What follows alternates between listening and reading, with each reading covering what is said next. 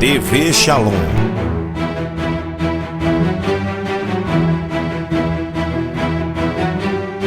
Ele é Senhor e nós somos servos. Nós não pagamos preço nenhum. Quem pagou o preço foi Ele há mais de 2000 anos, quando gritou no Calvário dizendo: está consumado. E rogou-lhe um dos fariseus que comesse com ele. E entrando em casa do fariseu, assentou-se à mesa. E eis que uma mulher da cidade, uma pecadora, sabendo que ele estava em casa do fariseu, levou um vaso de alabastro com unguento, e estando por detrás aos seus pés, chorando, começou a regar-lhe os pés com lágrimas, e enxugar-los com seus cabelos da cabeça, e beijava-lhe os pés, e ungia-os com unguento. Versículo 48, diz assim: e disse a ela: os teus pecados te são perdoados. E os que estavam à mesa começaram a dizer entre si: quem é este que até perdoa pecados? E disse a mulher: a tua fé te salvou. Vai-te em paz. Você pode dizer glória a Deus. Pode tomar assento. Em nome de Jesus. Irmãos, é uma festa dos tabernáculos, e eu quero falar sobre um importante elemento da festa de cristãos. Eu quero falar sobre adoração. Porém, eu quero falar sobre a adoração que Deus recebe. É sobre isso que eu quero falar nessa noite. A adoração que Deus recebe.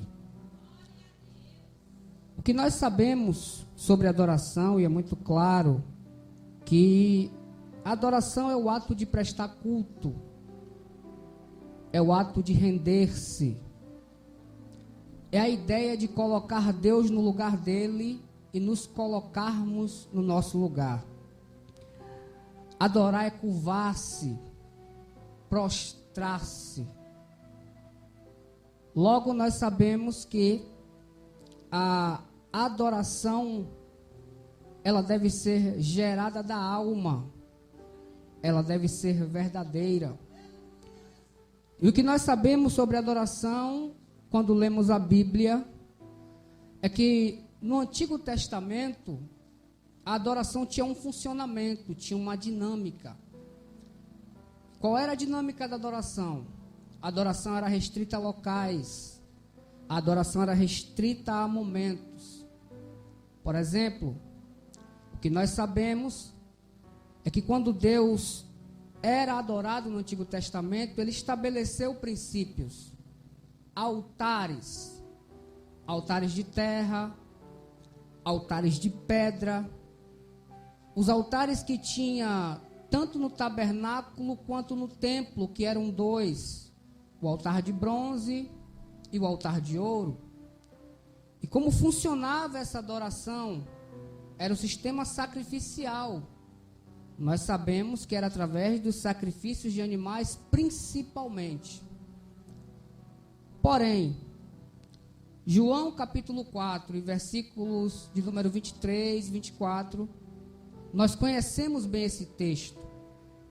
Jesus está conversando com a mulher samaritana, e ela vai indagar dizendo: Senhor, os nossos pais dizem que a adoração é nesse monte.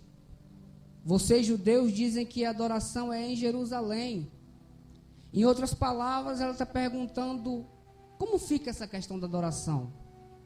Jesus diz: a hora vem, e é agora, que os verdadeiros adoradores adorarão ao Pai em espírito e em verdade. O que Jesus está dizendo é que no Novo Testamento haveria uma mudança do funcionamento da adoração, que ela deixaria de estar limitada a lugares, a momentos, E a adoração estaria mais ligada ao coração do adorador do que ao ato de adorar em si. Por quê? Porque Jesus sabe muito bem que onde há um coração de adorador, não importa o lugar e não importa o momento, aí haverá adoração. Mas o que é interessante a gente refletir aqui nessa noite é que nós sabemos que Deus não aceita qualquer adoração. E Deus não aceita a adoração de qualquer um. O que eu tenho dito é que a Bíblia ela é um livro de princípios. E todo relacionamento entre Deus e o homem é estabelecido pela Bíblia. Ninguém se relaciona com Deus a partir do que acha, a partir do que pensa. Nós nos relacionamos com Deus a partir daquilo que está escrito. Logo, tudo aquilo que se afasta dos limites da Bíblia, Deus não aceita, Deus rejeita. E quando falamos de adoração no contexto geral, há alguns equívocos que acontecem, porque pensa-se que Deus aceita alguém porque apenas essa pessoa pode cantar, que Deus aceita a adoração de alguém porque essa pessoa pode dizer apenas glória a Deus. Mas quando lemos a Bíblia, nós percebemos que para que Deus aceite a adoração, vai muito além do que apenas isso. E eu vou citar alguns princípios aqui, eu vou demorar só um pouquinho de chegar no texto, tá? Mas eu vou chegar lá. Então tenha um pouquinho de paciência comigo hoje. Quem vai ter paciência, diga amém. Mas eu chego no texto, tá bom? Primeiro princípio da adoração que Deus recebe é o princípio da humildade. A humildade precede a honra. Quando nós chegamos diante de Deus, nós temos que compreender quem é Deus e quem nós somos. A partir desse princípio é que nós entendemos o que é ter humildade na adoração. Lembra do fariseu e do publicano, Lucas capítulo 18? Jesus vai contar uma parábola que sobe dois homens para orar. Um fariseu e um publicano. Olha a oração do fariseu: Senhor, graças te dou, porque não sou como os demais homens, injustos, roubadores, adúlteros, e muito menos sou igual a esse publicano que está aqui. O publicano vai orar. E é interessante a diferença da postura de ambos. Por quê? Porque o que é que o fariseu está pensando? Ele está levando o seu relacionamento com Deus naquilo que ele faz, baseado naquilo que ele pode fazer. E ele ainda diz: dou o dízimo de tudo que tenho. Ele ainda diz: jejum 2 vezes na semana. O que é que ele está colocando diante de Deus? Eu faço, e porque eu faço, eu mereço. E é uma expressão muito comum no nosso meio, que a gente tem que ter cuidado como coloca, é a expressão: eu paguei o preço, ou eu pago o preço. O que o fariseu está colocando aqui é aquilo que nós chamamos de meritocracia. Que ele está colocando diante de Deus é: Senhor, se eu faço, o Senhor é obrigado a fazer. Se eu estou oferecendo, o Senhor é obrigado a me dar. Como a teologia de muitos que tem por aí, que chegam a dizer: se Deus não fizer, eu lasco a Bíblia. Que chegam a dizer: se Deus não fizer, eu largo o ministério. Parece até que Deus é obrigado a fazer alguma coisa. Deus não é obrigado a fazer nada. Tudo que Ele faz por nós só tem uma coisa a dizer: é por graça. Nós não merecemos, mas Ele faz. A oração do publicano, a Bíblia diz que ele de longe não se ousa nem a erguer os olhos, mas diz: Senhor, tem misericórdia de mim, porque sou pecador. Daí Jesus vai dizer: e este saiu justificado. Nada do que nós venhamos a fazer vai dar obrigatoriedade para Deus de fazer por nós. E ainda tem gente dizendo por aí que bota Deus contra a parede. Eu acho interessante alguém dizer isso. Colocar contra a parede é aquele que com apenas um A já criou todas as coisas. Colocar contra a parede é aquele que a Bíblia diz que os raios se apresentam a ele e diz: eis-me aqui, Senhor. Colocar contra a parede é aquele que sabe quantos fios de cabelo tem na nossa cabeça. Ele é Senhor e nós somos servos. Nós não pagamos preço nenhum. Quem pagou o preço foi Ele há mais de 2000 anos, quando gritou no Calvário dizendo: está consumado. Foi Ele. Humildade, primeiro princípio. Segundo princípio da oração que Deus recebe é exclusividade. Preste atenção nisso. Exclusividade é diferente de prioridade. Porque a ideia de prioridade é uma escala. Tem algo que eu escolho para fazer primeiro, fazer segundo, terceiro e assim subsequentemente. Mas quando eu penso em exclusividade, é algo que eu faço apenas para alguém. Apenas. E a adoração que Deus recebe exige exclusividade. Só para Ele. E a exclusividade tem dois aspectos. Olhe bem para você não esquecer e você entender. Primeiro aspecto da exclusividade é o aspecto da adoração, que tem que ser exclusiva a Ele. Quando lemos Êxodo capítulo 20, versículo 3 ao versículo 5, nos 10 mandamentos é reservado 3 versículos para falar sobre isso. Primeiro, não terás outros deuses diante de mim. Não farás para ti imagem de escultura.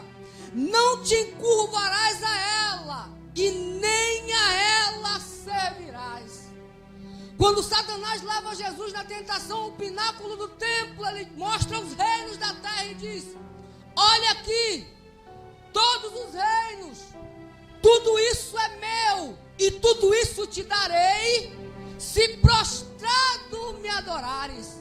Jesus olha para Satanás e diz: vai-te, Satanás, porque somente a Deus adorarás, e somente a Ele prestarás culto. Isaías 42, versículo 8, ele diz: eu sou o Senhor, este é o meu nome, e a minha glória não darei a outro, e nem o meu louvor a imagem de escultura. Mas quando pensamos nisso aqui, um texto que me chama a atenção e eu quero destacar aqui é Daniel capítulo 3. É um texto conhecido. Quem é que não conhece essa história? Sadraque, Mesaque e Abednego estão diante do rei Nabucodonosor, que levanta uma estátua de ouro e diz que quando tocarem os instrumentos, todos que estivessem ali deveriam se prostrar diante daquela estátua. E quando os instrumentos tocam, todos se prostram, mas 3 permanecem de pé. Alguém avisa ao rei: olha, rei, 3 homens ali não seguiram o seu decreto e não se prostraram à estátua que o Senhor levantou. Sabe o que é interessante aqui? É que não precisava muita coisa. Olhando aos olhos humanos, não precisava muita coisa. Era só dar uma prostradinha. Era só dar uma adoradinha. Para quê? Para salvar a sua vida. Para quê? E depois utilizar desculpa: se eu não adoro, eu morro. Se eu não me prostro, eu morro. Eles são levados até a presença do rei. O rei olha para eles e diz: eu vou te dar mais uma oportunidade. Quando tocarem os instrumentos, se vocês não se prostrarem, os lançarei na fornalha de fogo. Um olha para o outro olha, e eles olham para o rei e diz: ó rei, fique sabendo que o nosso Deus pode nos livrar das suas mãos e da fornalha. Mas se isso não acontecer, ó rei, fique sabendo que nós não nos prostraremos e nem adoraremos a estátua que você levantou. O rei se enfurece A Bíblia diz que ele fala: aquece 7 vezes mais a fornalha. A fornalha é aquecida. Lançaram os 3 jovens, mas algo impressionante acontece. Quando os 3 jovens caem na fornalha, é o rei quem olha e diz: não lançamos 3. E por que eu estou vendo 4? E um deles tem semelhança de deuses. E é interessante que lançaram os 3 amarrados, mas quando o rei olha, tem 4, eles estão soltos.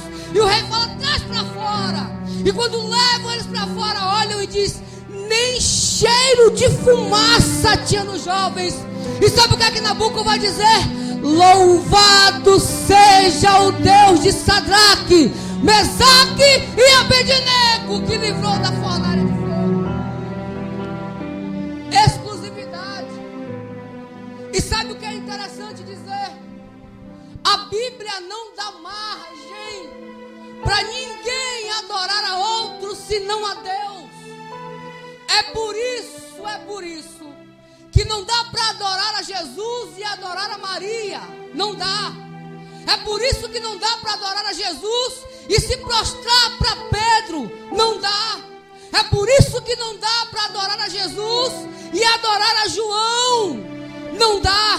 Até mesmo porque todos esses merecem o nosso respeito pela história, pela missão cumprida, mas adoração somente a Ele, somente a Ele.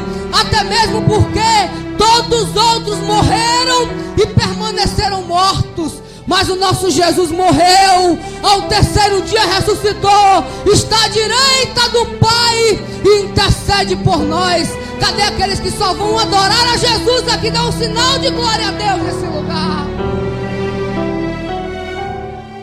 Segundo aspecto da exclusividade é a exclusividade do altar. Não é só a adoração que tem que ser exclusiva, mas o altar também tem que ser exclusivo. Lembra do que eu falei aqui no início? Sistema sacrificial do Antigo Testamento. O altar era o elemento principal do sacrifício. Porém, os altares eram levantados segundo as diretrizes de Deus, segundo os princípios da Bíblia. E sabe um texto interessante que eu vejo sobre isso aqui? É 1 de Reis, capítulo 18. Quando Elias aparece para Acabe e convoca os profetas de Baal para um duelo. Quem é que não conhece essa história? Elias os convida para um duelo. E deixa eu abrir um parêntese para dizer algo aqui. O duelo que Elias convida aqueles homens não é um duelo de homens, não é uma briga de homens, mas é um duelo de deuses. Elias é muito inteligente. Por quê? Porque Elias entendeu que se ele pega uma batalha e ele tenta lutar por si, havia a possibilidade de ele perder, havia a possibilidade de ele ser derrotado. Mas ele entende que se ele pega a guerra, se ele pega a batalha e entrega nas mãos de Deus, não há possibilidade de derrota, porque Deus não perde batalha.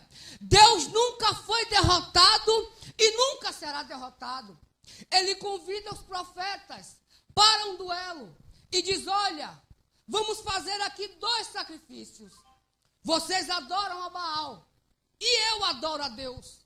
Aquele que responder com fogo, esse será Deus. A maioria que está aqui conhece a história. Os profetas de Baal adoram e clamam de manhã até o meio-dia e nada. Elias para um pouco e diz: agora chegai-vos a mim. E uma coisa interessante no texto que está no capítulo 18, no versículo 30, está escrito assim: e Elias reparou o altar do Senhor que estava quebrado. E Elias reparou o altar do Senhor que estava quebrado. O que isso significa? Significa que ali o altar que Elias utiliza não é o mesmo altar que os profetas profetas de Baal utilizaram. O altar que estava quebrado ali, provavelmente, é o altar que era utilizado para quê? Para sacrificar a Deus. Só que o altar estava em ruínas. Como o povo naquela época estava na idolatria e não sacrificava a Deus, o altar está em ruínas, está quebrado. Elias traz o povo para o altar que era de Deus e repara o altar. Mas o que é interessante aqui, Elias podia aqui ganhar tempo. Elias podia economizar energia. O que Elias podia fazer? Tirar o sacrifício de Baal e no mesmo altar sacrificar para Deus. Mas Elias entende que não adianta sacrificar para Deus no altar de Baal. Por quê? Porque Deus não recebe sacrifício para ele se o altar não for exclusivo dele. Deus não vai receber sacrifício se o altar não for dele. Logo, Elias vai reparar o altar e o que ele faz? Pega 12 pedras. E esse negócio de 12 pedras, Elias não tirou da cabeça dele. Não foi ele que inventou, não. Isso aqui está preconizado lá em Levíticos. Como era que o altar deveria ser levantado. 12 pedras que representavam as 12 tribos de Israel. Elias lembra de princípios. E ele vai cumprir princípios. Ele sabe que se ele coloca 10 pedras, ele está quebrando o princípio. Ele sabe que se ele coloca 11 pedras, ele está quebrando o princípio. Ele sabe que se está escrito 12, são 12. Ele coloca as 12 pedras. Manda colocar água ao redor. Clama a Deus. E o fogo desce. Deus responde por quê? Porque ele cumpre princípios. Mas você pode perguntar, Evanilson, o que é que isso tem a ver comigo? O que é que isso tem a ver com a gente? Olhe para cá. O que nós sabemos é que no nosso tempo, nós somos os altares. Você é altar, eu sou altar. Lembra o que Paulo disse em Romanos 12, capítulo 1? Rogo-vos, pois, pela compaixão de Deus, que apresenteis os vossos corpos como sacrifício vivo, santo e agradável, que é o vosso culto racional. O que nós sabemos é também que Paulo diz que o nosso corpo é templo, é morada do Espírito Santo. Significa que o nosso corpo é um altar. Significa que o nosso corpo é um lugar de sacrifício. E onde é que eu quero chegar com isso? É que esse altar tem que ser exclusivo para Ele. Para que a adoração chegue até Ele, não adianta o altar ser de Baal e a adoração ser para Deus, não adianta. Esse negócio de cantar aqui, cantar lá fora, dizer que Deus recebe a adoração, conversa. Deus só recebe a adoração se o altar for dele. E alguém pode perguntar, mas irmão Evanilson, se eu der 50%, é pouco. Irmão Evanilson, se eu der 80%, é pouco. Se eu der 90%, é pouco. O que Deus está dizendo é, ou o altar é meu, ou o altar não é. É tudo ou nada. É por isso que o Senhor diz a Pedro, eu edificarei a minha igreja e as portas do inferno não prevalecerão contra ela. Aí Paulo vai dizer assim, pelo que Deus o exaltou soberanamente e lhes deu um nome que está acima de todos os nomes, para que ao nome de Jesus se dobre todos os joelhos dos que estão no céu, na terra e debaixo da terra, e toda língua confesse que Jesus é Senhor, para a glória de Deus Pai. Você pode levantar sua mão nessa noite e dizer, Jesus é Senhor, Jesus é Senhor, Jesus é Senhor.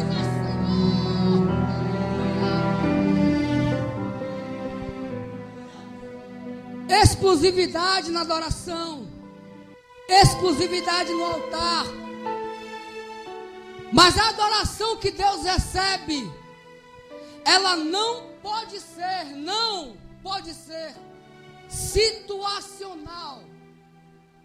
Que isso significa? Significa que o nosso ato de adorar, ou o fato de sermos adoradores, não não está ligado à situação que nós estamos vivendo. Significa que o ambiente externo não pode afetar a nossa essência de adorador. Significa que as guerras que vivemos não pode mudar quem somos diante de Deus. Se aquilo que é externo muda aquilo que é interior, interno em nós, significa que nós não nos tornamos ainda verdadeiros adoradores. Em primeiro lugar, a nossa adoração, ela deve ser evidenciada no dia da dor. Sabe o dia mau? Aquele dia que chega sem aviso prévio. Ninguém coloca o dia mau na agenda. Ninguém coloca o dia da angústia na agenda. Aliás, a maioria de nós não estamos preparados para o dia mau. O dia mau que chega. Jesus não prometeu vida fácil. Jesus prometeu vida vitoriosa. Jesus não prometeu uma vida sem guerra, uma vida sem batalha, uma vida sem luta. E o que nós temos que compreender é que muitas vezes o evangelho que nós pregamos, ele é tão triunfalista, ele é tão desumaniza o crente de tal maneira que quando alguém está passando pelo dia da dor, o dia da angústia, é até difícil falar com alguém, é até difícil você pedir ajuda a alguém, porque alguém pode olhar para você e dizer, isso é fraqueza espiritual. Alguém pode olhar para você e dizer, isso é falta de oração. Alguém pode olhar para você e dizer, isso é porque você não está indo no culto de doutrina. Não compreendendo que o dia da dor pode chegar para qualquer um servo de Deus. E é nesse dia que nós somos provados a mostrar quem é quem. Não é quem nós dizemos que somos diante de Deus, mas quem nós provamos que nós somos. O nosso discurso não pode ser diferente da nossa vida prática. E um exemplo muito claro disso é Jó. Conhecemos a história de Jó. Sabemos que Deus testemunha para Satanás de Jó. E é um dos textos que eu acho mais lindos na Bíblia. Porque quem vai testemunhar acerca de Jó não é a esposa de Jó. Não são os filhos de Jó. Não são os amigos de Jó. Quem vai testemunhar a respeito de Jó é Deus. E ele olha para Satanás e diz, observaste o meu servo Jó? Se Deus para por aqui e chama de meu servo, já tinha muita coisa para se falar, mas ele continua reto, íntegro, temente a Deus e desvia-se do mal. Aleluia. É Deus quem testemunha de Jó. E a pergunta para nós aqui nessa noite é, se Deus precisasse falar alguma coisa a nosso respeito aqui, quando ele olhasse do céu para a terra, qual o testemunho que Deus daria a nosso respeito? Satanás olha para Deus e diz, claro, porventura serve Jó o Senhor de balde? Tudo que ele faz prospera. Satanás está querendo dizer que Deus não é capaz de que alguém o adore, não por aquilo que ele dá, mas por aquilo que ele é. Satanás está dizendo a Deus é mais ou menos isso aqui. Ele te adora não é por aquilo que o Senhor é, mas é por aquilo que o Senhor dá a Jó. Deus olha e diz, tire tudo. Tire tudo. Satanás tira tudo, riqueza, família. E é interessante que as notícias vão chegando para Jó uma após outra. E Jó não tem nem tempo de respirar. Porque vem um mensageiro após outro, Jó perde uma coisa, perde outra, vai perdendo. Perdeu a família. E quando ele perde a família, talvez está o inferno olhando. E o inferno olhando e dizendo, vai blasfemar. Vai blasfemar. E Deus está sentado no trono dizendo: eu sei que ele vai adorar. Eu sei que ele vai adorar. E sabe o que me chama a atenção no texto aqui, pastor Derlan? É que Deus não olha para Satanás e diz... Satanás não olha para Deus e diz: tira tudo para ver se ele adultera.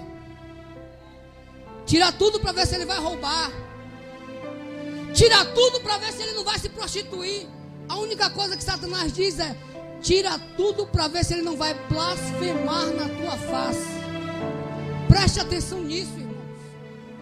Aquilo que nós dizemos, aquilo que nós proferimos, seja no calor da emoção, seja no momento de angústia, seja no momento de dor, tem um peso espiritual.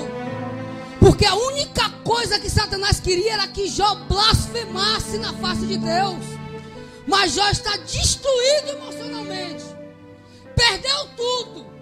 Mas a Bíblia diz que ele raspou sua cabeça, rasgou suas vestes e diz: nu saí do ventre da minha mãe e nu tornarei para lá. O Senhor me deu, o Senhor tomou. Bendito seja o nome do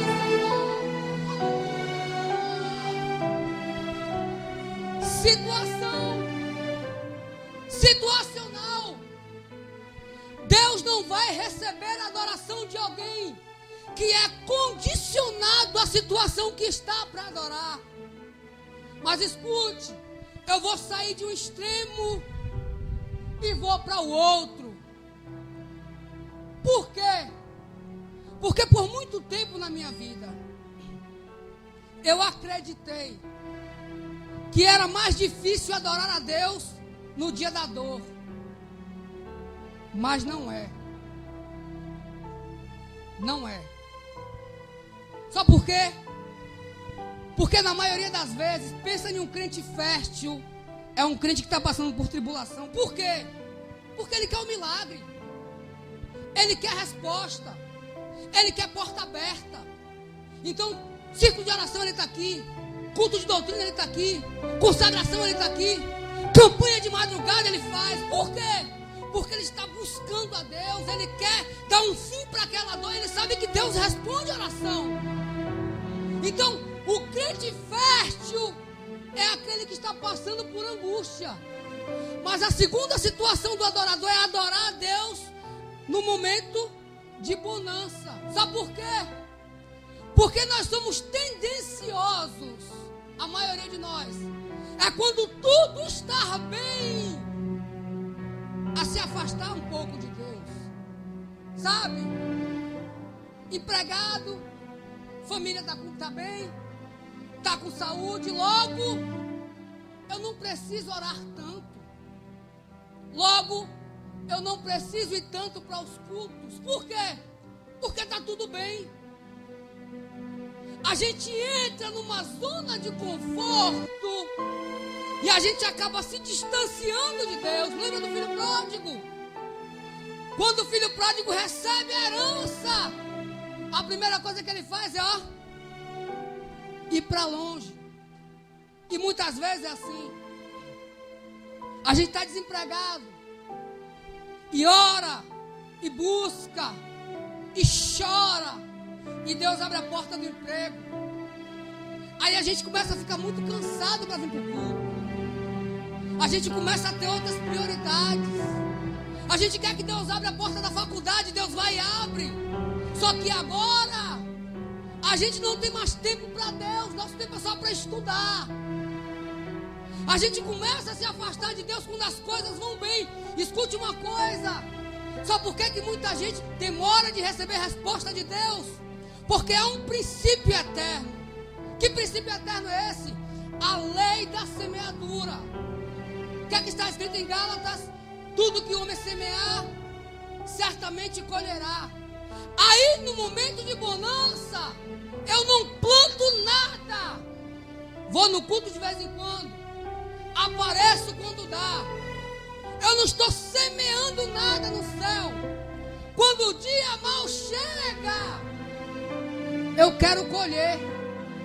Colher o quê? plantou o quê? E princípios são irrevogáveis.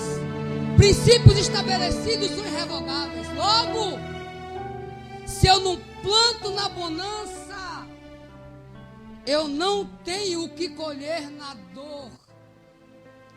Sabe aquele tipo de crente que só ora quando está doendo? Sabe aquele tipo de crente que só busca quando está difícil? Que só se ajoelha para pedir? Que só se ajoelha quando a coisa está muito ruim? E tem gente que olha, que Deus olha do céu, quando se ajoelha e diz: já sei, está com problema. Alguém que chega mais cedo para orar e Jeová olha e diz: está com problema. Quando Deus olha para nós orando, o que é que Ele diz ao nosso respeito? Porque para alguns Ele diz: está orando porque quer intimidade, está orando porque é adorador, está orando porque é meu servo, está orando não é só para pedir, está orando e está buscando porque o coração é de adorador. Situacional. E um dos textos mais lindos é o texto de Maria. Aliás, a maior figura de adorador que tem no Novo Testamento é de Maria. Porque o Novo Testamento dos Evangelhos cita Maria 3 vezes. E as 3 vezes Maria está nos pés de Jesus. As 3 vezes que ela é citada, ela está nos pés de Jesus. E João capítulo 12 é lindo o texto. Por quê? Porque Jesus está na mesa. Lázaro está ali também. Lázaro já tinha sido ressuscitado por Jesus. Maria vai entrar no cenário. Sabe o que é interessante? Maria poderia dar mais atenção a Lázaro do que a Jesus. Porque não é assim que nós fazemos às vezes. Nós buscamos o milagre. Quando Deus nos entrega o milagre, a gente começa a dar mais atenção ao milagre do que a Deus. Maria entra. Quando ela entra, Jesus está à mesa. É banquete, irmãos. É festa.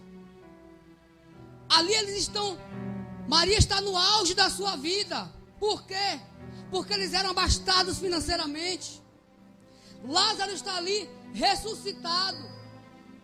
Maria podia estar ali servindo ou apenas dando a maior atenção a Lázaro. Mas Maria entende que quando Jesus está no cenário, todas as outras pessoas se tornam pormenores. Ela entra, e os irmãos conhecem a história, vai chegar nos pés de Jesus e quebrar o vaso de alabastro com nardo puro. Ela podia derramar, mas ela quebra. Ela podia despejar o vaso, mas ela quebra o vaso. Quando ela quebra o vaso, ela está dizendo: Senhor, eu trouxe tudo aqui para te entregar. Não vai ficar nenhuma gota para ninguém. Ela quebra dizendo: é tudo teu, Jesus. E quebra nos pés. E é interessante que sempre alguém critica um adorador. Já percebeu? Percebe que tem um crítico? Alguém olha e diz: nossa, é Judas. Ela podia ter vendido isso por quê? Porque valia 300 dinheiros ou 300 denários. Um denário era o pagamento de um dia de trabalho, ou seja, ali estava o valor de quase um ano de trabalho de alguém. Quando ela quebra, alguém diz: valia muito, porque não vende e entrega aos pobres. Mas Maria não está preocupada com isso. Maria está preocupada em expressar a adoração a Jesus, porque ela era adoradora. A adoração que Deus recebe, ela não pode ser com falta de humildade. Ela deve ser exclusiva. E ela não pode ser situacional. Mas eu já caminho para a conclusão. Nós lemos um texto E é um texto que eu até já fiz alguma confusão com ele, porque eu pensei que esse texto era o mesmo texto de Maria. Mas essa mulher aqui não é Maria. Essa mulher, ela é tão estigmatizada que o nome dela não aparece. A única coisa que aparece aqui é mulher pecadora. Mas ela queria adorar a Jesus. Ela queria expressar a adoração a Jesus. Quando ela entra no cenário, que ela vai tomar uma atitude semelhante à de Maria, é interessante porque alguém olha e diz: se este fosse profeta, saberia quem é essa mulher. Só que, se tem alguém que nos conhece é Jesus. Se tem alguém que sabe quem nós somos é Jesus. Quando ela chega para ungir os pés de Jesus, Jesus sabia exatamente quem era aquela mulher. Sabe qual é o problema? O problema é que os religiosos, eles não compreendiam que Deus tem muito mais interesse em perdoar do que em condenar. Deus tem muito mais interesse em salvar do que lançar o homem no inferno. Percebam na Bíblia que o homem é alvo de Deus o tempo todo. O homem é alvo da misericórdia de Deus a Bíblia inteira. E não existe a possibilidade de alguém sujar Jesus. E falar como um bom baiano, não existe a possibilidade de alguém queimar o filme de Jesus.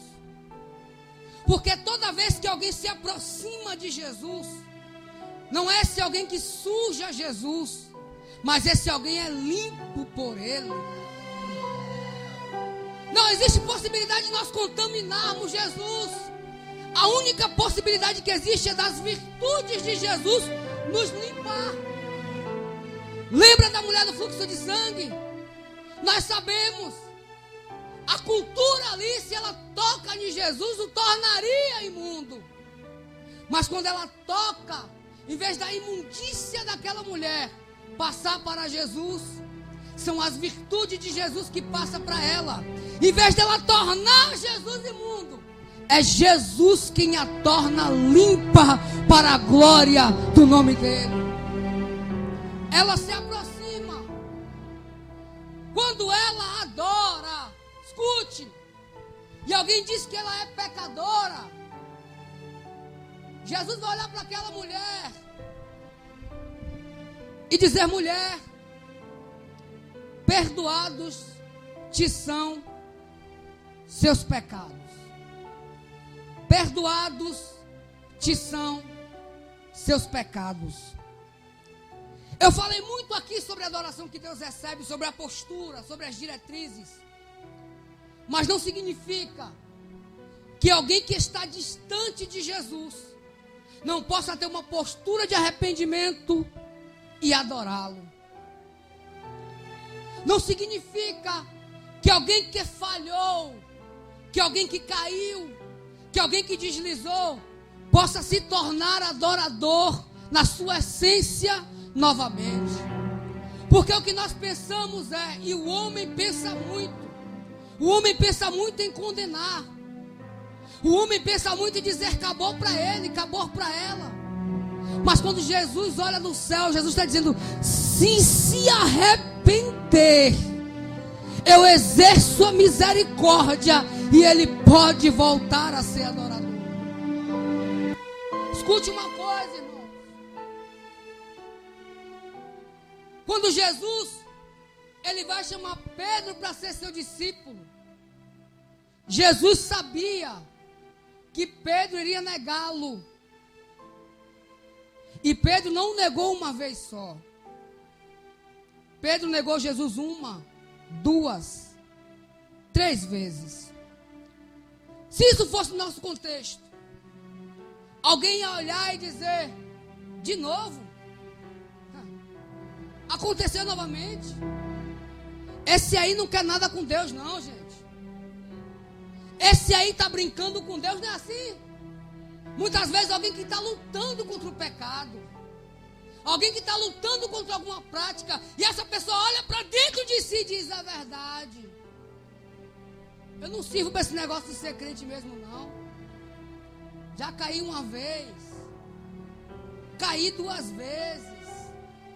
Caí 3 vezes. Vou acabar com esse negócio de ser crente porque eu não consigo. E às vezes alguém que não entende de graça, alguém que não entende de misericórdia diz: esse aí não tem jeito mais não. Às vezes algum desavisado que até está entre nós libera uma palavra dessa e a pessoa vai para longe. Mas todas as vezes que eu leio a Bíblia, eu vejo que Jesus não era complacente com o pecado, nunca foi. Mas toda a mensagem de Jesus era norteada de misericórdia. Todas as vezes que Jesus denunciava o pecado, ele apontava para a redenção. Logo, quando Pedro nega 3 vezes, Pedro olha João capítulo 21 e diz: vou pescar. O que é que Pedro está dizendo? Vou voltar para a minha antiga vida. Esse negócio de discípulo deu para mim não.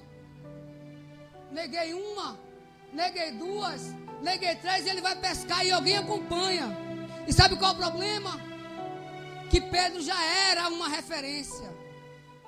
Tanto é que quando ele vai pescar, pensando em voltar para a antiga vida, outros vão com ele. Pode ser que alguém aqui que esteja lutando contra o pecado desistiu, quer desistir de ser cristão, desistir de servir a Deus, e outros podem ir com você. Eles têm uma noite, uma pescaria frustrante mais uma vez. E alguém aparece lá na margem do rio. Eu disse alguém porque eles ainda não tinham conhecido quem era. Eles não conheceram Jesus por causa da sua aparência, nem por causa da sua voz. E aí alguém grita de lá: filhinhos, tendes alguma coisa para comer?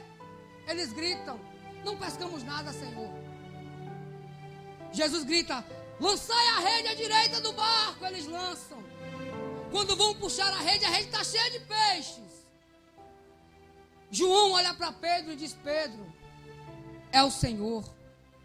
Pedro se lança no mar. Vão todos para a margem. Quando chegam lá, tá pão, peixe, e Jesus já está com fogo aceso. A fogueira já está acesa.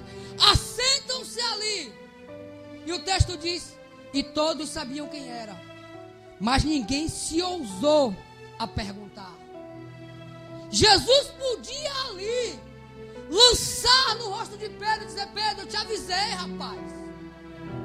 Eu não disse a você que você ia negar. Está vendo aí? E não há relato na Bíblia de que João viu. Não há relato na Bíblia de que nenhum outro discípulo sabia. Só Lucas que diz: e Jesus olhou. Ou seja, só quem sabia ali era Jesus e Pedro. Porque tem coisas na nossa vida que só quem sabe somos nós e Jesus. E todas as vezes que só nós e Ele sabemos, mesmo assim, Ele dá um jeito de te lembrar e dizer: olha, eu vi e quero promover cura aí nesse lugar. A única coisa que Jesus vai olhar para Pedro e vai dizer: Pedro, tu me amas? Ama-me mais do que estes? Pedro vai dizer: sim, Senhor. Segunda vez: Pedro, ama-me mais do que estes? Pedro vai dizer: sim, Senhor. Terceira vez: Pedro, ama-me mais do que estes? Sim, Senhor. E todas as vezes o Senhor disse: apacenta as minhas ovelhas. Apacenta as minhas ovelhas. Apacenta as minhas ovelhas. Jesus está dizendo: Pedro, você me negou 3 vezes, mas isso não muda o propósito.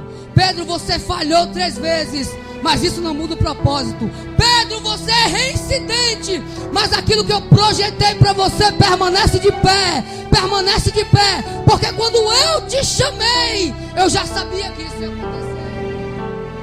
Fica de pé que eu quero orar e encerrar. Olhe para mim. Quando Deus nos chamou, Ele já sabia que nós não seríamos perfeitos. Quando Deus chamou Moisés, Ele sabia que Moisés iria ferir a rocha, mas chamou Moisés.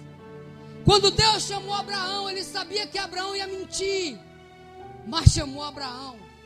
Quando Deus chamou Jacó, Ele sabia que Jacó ia enganar para tomar a primogenitura, mas mesmo assim continuou sendo Deus de Abraão, de Isaac e de Jacó. Quando Jesus chamou Pedro, Jesus sabia que Pedro iria negá-lo e ainda avisou. Mas mesmo assim, Pedro ainda se tornou coluna da igreja do Novo Testamento. Quando Deus me chamou, quando Deus te chamou, Ele sabia que você não seria perfeito, Ele sabia que você não seria perfeita, mas o projeto que Ele estabeleceu para a sua vida permanece de pé, permanece de pé. Por isso permanece na presença dEle, porque Ele vai te curar, vai te levantar e dizer: o meu projeto vai se cumprir na sua vida. Levante a mão que eu quero orar rápido e entrega o microfone. Pai, em nome de Jesus, eis aí a tua igreja, Senhor, os teus filhos que ouviram a tua palavra. A minha oração nessa noite é: Senhor, promove nessa noite, Senhor, cura espiritual.